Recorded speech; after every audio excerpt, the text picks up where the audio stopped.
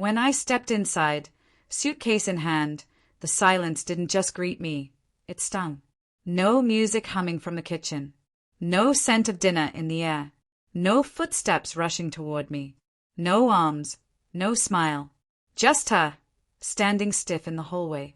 Hands loosely knotted like she'd been rehearsing. How to stand. How to breathe.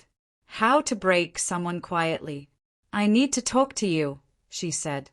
Her voice wasn't cold. It was worse, gentle, too practiced.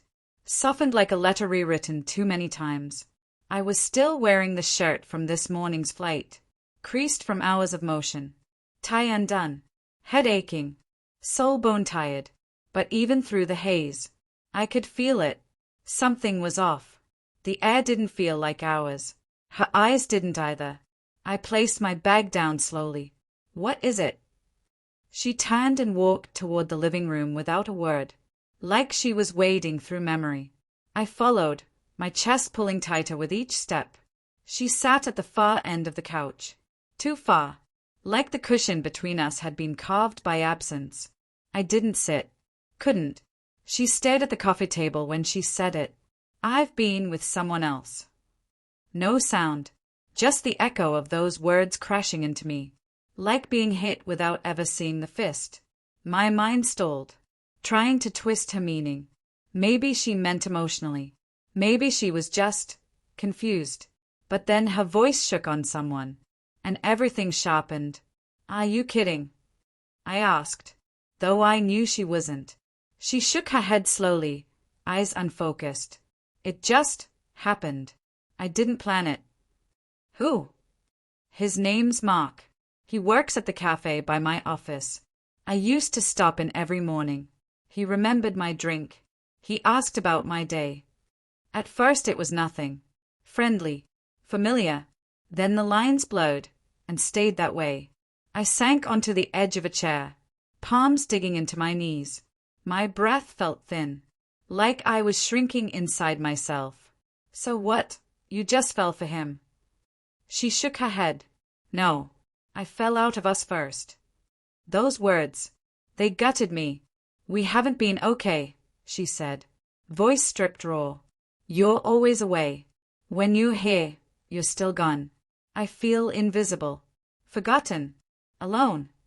I tried to respond. Tried to explain how hard I'd been working for us. But she spoke over my silence. "I know you meant well." But I started feeling like I didn't matter. Like I was just background noise. I stared at the floor. But nothing looked real anymore. "Did you sleep with him?" A pause, long enough to answer it without words. "Yes." I closed my eyes, grip tightening. Everything inside me turned to storm. Anger, disbelief, grief. They all came crashing at once. "How long?" 6 weeks, she whispered. "But it's over. I ended it before you got home. I couldn't keep hiding." Now her voice was unraveling, each word looser than the last. "I still love you," she said. "I didn't do this because I stopped. I did it because I felt like you stopped. Like I was vanishing, and you didn't notice." I wanted to yell, to slam the wall, to walk out, but I didn't, because somewhere inside me, beneath the betrayal and heartbreak, I knew she wasn't entirely wrong. I hadn't cheated, but I'd disappeared, emotionally, mentally, and I left her alone in a house filled with my silence. Still, the truth didn't dull the pain. It made it more complex, more cruel. "So now what?" I asked. "Do you want him? Want to leave?" "No," she said, fast. "I don't want him. I want us, if we're still possible. I don't know if we are, but I had to be honest. If we're going to even try, it had to start here." Silence followed, thick and bruised. A clock ticked somewhere behind us. A dog barked blocks away. Inside, it felt like a building after a collapse. Thick with dust. Everything uncertain.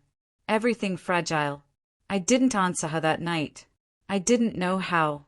But I stayed. Not out of forgiveness. Not yet. Maybe never. But because I wasn't blameless. I'd hurt her, too.